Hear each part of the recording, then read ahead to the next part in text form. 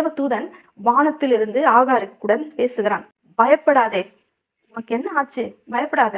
ஏற்கனவே ஆகாருக்கு கர்த்தர் தரிசனமாகி இருக்கிறார். அவளுக்கு வாக்கு பண்ணியிருக்கிறார். உன் பிள்ளையை நான் பெரிய ஜாதியாக்குவேன்னு வாக்கு பண்ணியிருக்கிறார். அதனால அவகிட்ட என்ன சொல்றாரு? எதுக்காக நீ இப்ப அழுகுற? என்ன ஆயிடுச்சுன்னு நீ அழுகுற? பெருசா ஒண்ணுமே நடக்கலையே. நான் உனக்கு ஏற்கனவே வாக்கு பண்ணியிருக்கிறேனே, உன் பிள்ளையை நான் பெரிய ஜாதி ஆக்குவேன்ட்டு. நீ எதுக்கு பயப்படுற? அவன் அப்படி இருப்பான் இப்படி இருப்பான்னு உனக்கு நான் வாக்கு பண்ணியிருக்கிறேனே, நீ எதுக்கு பயப்படுற? எழுந்துரு, பிள்ளை இருக்கிற இடத்துக்கு நீ போ அப்படின்னு சொல்லி கர்த்தர் அவளை ஆறுதல் படுத்துகிறார். இப்போ கர்த்தர் அவளோட கூட பேசின உடனே அவளுடைய கண்கள் திறக்கப்படுது. அங்க பக்கத்துலதான் ஒரு தண்ணீர் துறவு இருக்குது. இவ்வளவு நேரம் அவளுக்கு தெரியல அந்த கண்ணை. ஏன்னா பசியோடும் தாகத்தோடும் அவள் இருக்கிறாள். அதனால பக்கத்துல இருக்கிற துறவு அவளுக்கு தெரியல. ஏற்கனவே கர்த்தர் அவளுக்காக அந்த இடத்துல ஆயத்தப்படுத்தி வைத்திருந்தார் தண்ணீர் துறவை.